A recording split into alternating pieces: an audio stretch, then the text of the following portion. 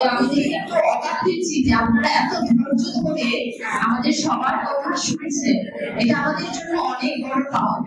আমি শিলাজান কবিরা, আমি এমএসসিটা মেডিকেল কলেজ হাসপাতালে কনসালটেন্ট ডায়েটিশিয়ান হিসেবে কাজ করছি।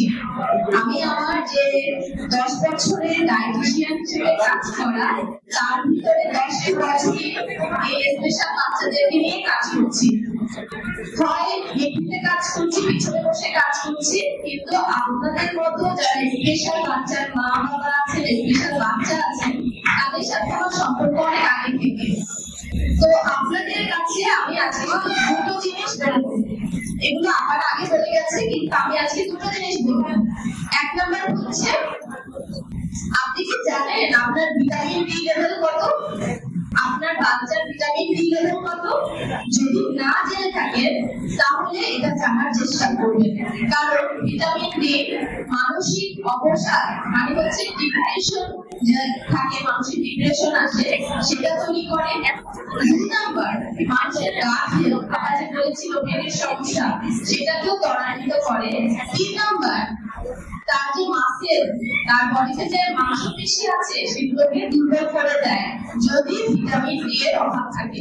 তাই আমাদেরকে জানতে হবে ভিটামিন ডি কম আছে কিনা।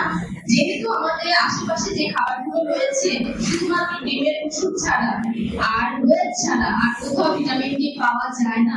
তাই আমরা পর্যাপ্ত পরিমাণে রোদে যাব। কখন যাব কেউ বলতে পারবে? রোদে কখন যাব? সকালে? কখন যাব?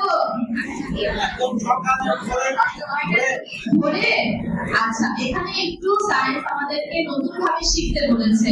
সেটা হচ্ছে, এখন আমাদের দেশে অনেক পলিউশন। সকালে যে রোদটা, সেটা প্রপার ওয়েতে আমাদের যে স্কিন আছে, এই স্কিনে ভিটামিন ডি তৈরি করতে পারে না। তাই আমাদেরকে সকাল 10টা থেকে দুপুর 3টার মধ্যে রোদে থাকতে হবে। তাহলে আমরা ভিটামিন ডি পাবো। কতক্ষণ থাকবো? কতক্ষণ থাকবো? 1 মিনিট, 2 মিনিট, 15 মিনিট? কতক্ষণ? 15 মিনিট। ঠিক আছে? আচ্ছা, আর একটা কথা, সেটা হচ্ছে আমার খাবারে ভালো ফ্যাট আছে কিনা। গুড ফ্যাট, যেখান থেকে আমি ওমেগা 3 পাবো। এই যে অনেকে মাথা সমস্যার কারণে নিজেকে আঘাত করে, অন্যকে আঘাত করে, অনেক বেশি হাইপার অ্যাক্টিভ হয়ে যায়, এই যে সমস্যাগুলো, এগুলো সমাধান হবে ওমেগা 3 বা ভালো ফ্যাট খেলে। সেগুলো কোথা থেকে পাবো? সামুদ্রিক মাছ থেকে পাবো। ঠিক আছে? তাই সপ্তাহে অন্তত একদিন সামুদ্রিক মাছ বাসায় রাখার চেষ্টা করবো। ঠিক আছে? মনে থাকবে দুটো জিনিস? ঠিক আছে, সবাইকে অসংখ্য ধন্যবাদ আমাকে মনোযোগ দিয়ে শোনার জন্য। সবাই ভালো থাকবেন।